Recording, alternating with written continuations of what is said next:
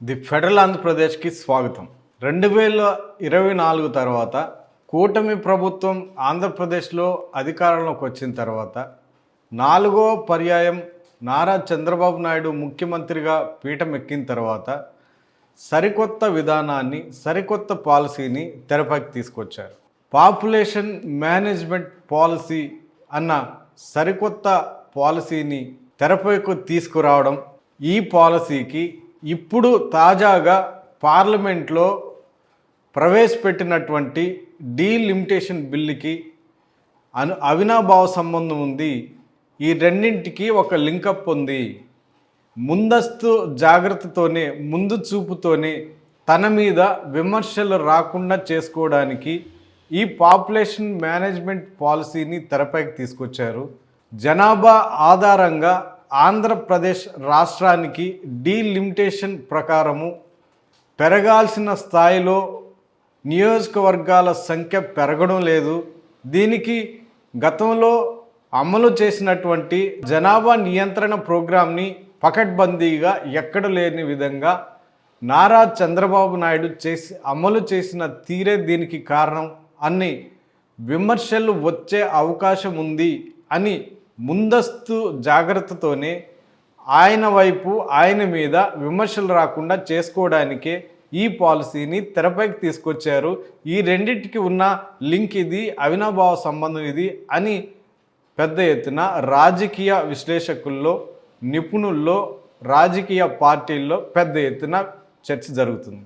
ప్రస్తుతం అంటే ఉమ్మడి ఆంధ్రప్రదేశ్లో నారా చంద్రబాబు నాయుడు సీఎం అయ్యే నాటికి ముందు సీఎం 2 దఫాలుగా సీఎంగా ఆయన పరిపాలన కాలం ముగిసిన తర్వాత ప్రభుత్వాలు చాలానే ఆంధ్రప్రదేశ్ ఉమ్మడి రాష్ట్రంలో పరిపాలన సాగించాయి.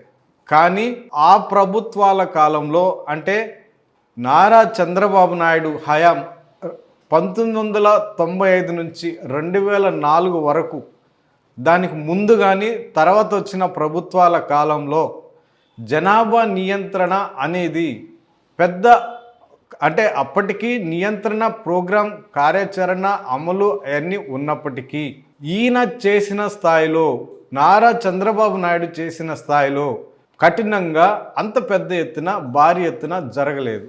నారా చంద్రబాబు నాయుడు సీఎం అయిన తర్వాత ఈ మధ్యకాలంలో చాలా విగరస్గా, పకడ్బందీగా, కఠినంగా జనాభా నియంత్రణ ప్రోగ్రాన్ని చాలా పెద్ద ఎత్తున అమలు చేశారు.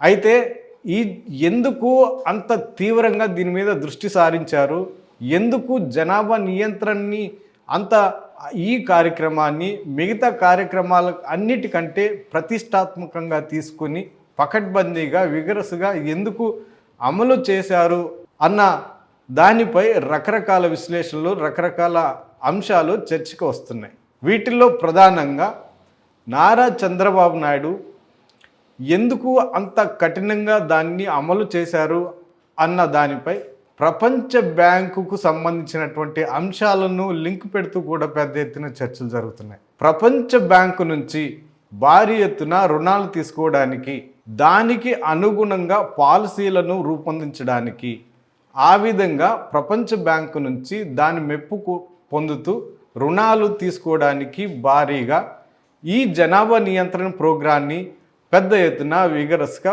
భారీగా అమలు చేశారన్న చర్చలు కూడా పెద్ద ఎత్తున వినిపిస్తున్నాయి. ఈ 10 ఏళ్ల కాలంలో ప్రపంచ బ్యాంకు నుంచి నారా చంద్రబాబు నాయుడు భారీ ఎత్తున రుణాలు తీసుకున్నారన్న విమర్శలు కూడా అప్పట్లో పెద్ద ఎత్తున వినిపించాయి. ప్రపంచ బ్యాంకు జీతగాడు అన్న పేరు కూడా నారా చంద్రబాబుకి అప్పట్లో వినిపించేది. అంటే ప్రపంచ బ్యాంకుకి అప్పట్లో ఆంధ్రప్రదేశ్ రాష్ట్రంలో నారా చంద్రబాబు నాయుడు అమలు చేసే ప్రతి ప్రోగ్రాం వెనుక ప్రపంచ బ్యాంక్ రుణాలు ఉన్నాయి, రుణాలు తీసుకోవడానికి ఈ కార్యక్రమాలన్నీ పెద్ద ఎత్తున అమలు చేస్తున్నారు అన్న విమర్శలు కూడా పెద్ద ఎత్తున అప్పట్లో వినిపించాయి. అందులో భాగంగానే ఈ జనాభా నియంత్రణ ప్రోగ్రాము తెరపైకి తీసుకొచ్చి దేశంలో ఏ రాష్ట్రంలో కానీ అమలు కాని విధంగా రాష్ట్రంలో అమలు చేశారు అన్న చర్చ కూడా పెద్ద ఎత్తున వినిపిస్తుంది. అంటే ఉత్తరాది రాష్ట్రాల్లో ప్రప్రథమంగా కేరళ తర్వాత, తమిళనాడు తర్వాత ఆంధ్రప్రదేశ్ రాష్ట్రాన్ని 3వ స్థానంగా జనాభా నియంత్రణలో నిలిపారు.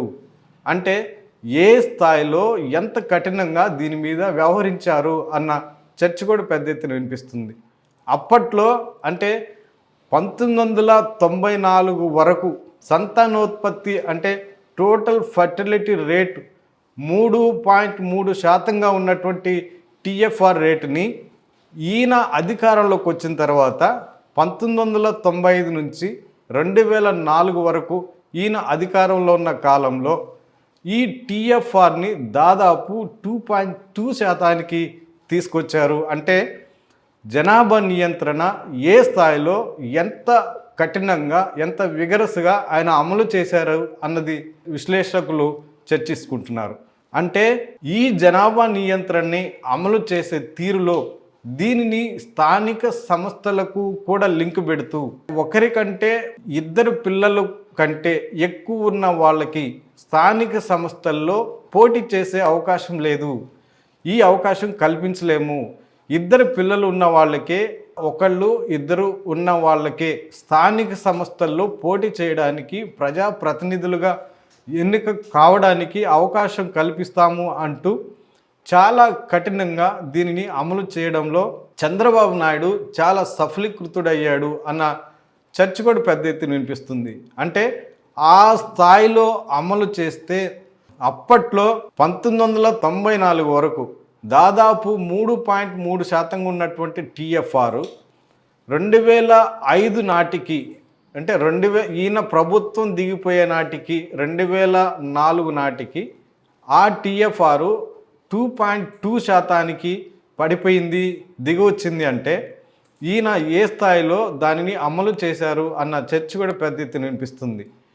ఆ తర్వాత ఇప్పుడు ఈ టీఎఫ్ఆర్ రేటు ఆంధ్రప్రదేశ్లో 1.3కి పడిపోయింది. అంటే జనాభా చాలా మిగతా అంటే దేశ సగటుతో పోలిస్తే ఆంధ్రప్రదేశ్లో ఉన్న జనాభా పెరుగుదల రేటు సంతానోత్పత్తి రేటు 14.4%కి తగ్గిపోయింది.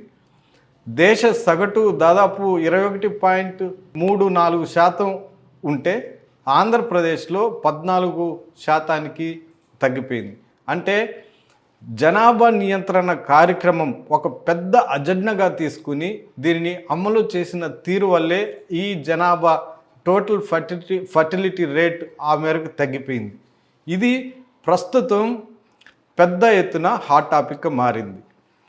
ప్రస్తుతం 2024 తర్వాత కూటమి అధికారంలోకి వచ్చిన తర్వాత పాపులేషన్ మేనేజ్మెంట్ పాలసీ అని సరికొత్త పాలసీని తెరపైకి తీసుకొచ్చారు. దీనిలో పిల్లలు ఒకళ్ళు కాదు, ఇద్దరు కాదు, ముగ్గురు కంటే ఎక్కువ